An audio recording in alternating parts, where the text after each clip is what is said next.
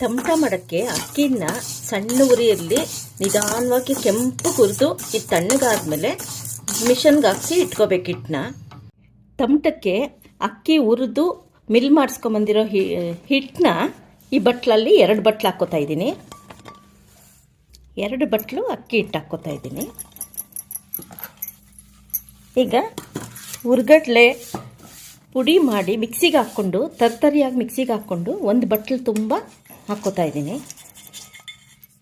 ಈಗ ಕಡಲೆ ಬೀಜ ಹುರಿದು ಸಿಪ್ಪೆ ತೆಗೆದು ತರ್ತರಿಯಾಗಿ ಮಿಕ್ಸಿ ಮಾಡಿಕೊಂಡು ಹಾಕ್ಕೋತಾ ಇದ್ದೀನಿ 1 ಬಟ್ಲು ಪೂರ್ತಿ.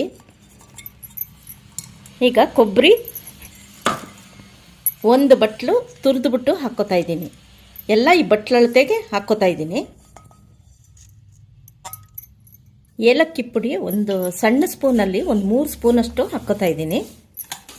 ಈಗ ಇದನ್ನೆಲ್ಲ ಕಲಸಿ ಪಾಕ ತೆಕ್ಕೊಂಡು 1 kg ಬೆಲ್ಲನ ಪಾಕ ತೆಕ್ಕೊಂಡು ಎಳೆಯ ಪಾಕ ತಕ್ಕೊಂಡು ಇದಕ್ಕೆ ಹಾಕಿ ಕಲಿಸ್ಕೊಂಡು ಉಂಡೆ ಮಾಡ್ಕೋಬೇಕು. ನೋಡಿ 1 kg ಬೆಲ್ಲನ ಎಳೆಯ ಪಾಕ ತೆಕ್ಕೊಂಡು ಇದನ್ನು ಪಾಕ ಹಾಕ್ಕೋತಾ ಇದ್ದೀನಿ. ಸ್ವಲ್ಪ ಕರಗಿಸಿ ಹಾಕ್ಕೋತಾ ಇದ್ದೀನಿ. ಕರಗಿಸ್ಬೇಕಾದ್ರೆ ಪಾಕ ಸೋಸಿ ಹಾಕ್ಕೋಬೇಕು. ಹಾಕ್ತಾ ಹಾಕ್ತಾ ಬಿಸಿ ಬಿಸಿಯಲ್ಲೇ ಉಂಡೆ ಕಟ್ಕೋಬೇಕು.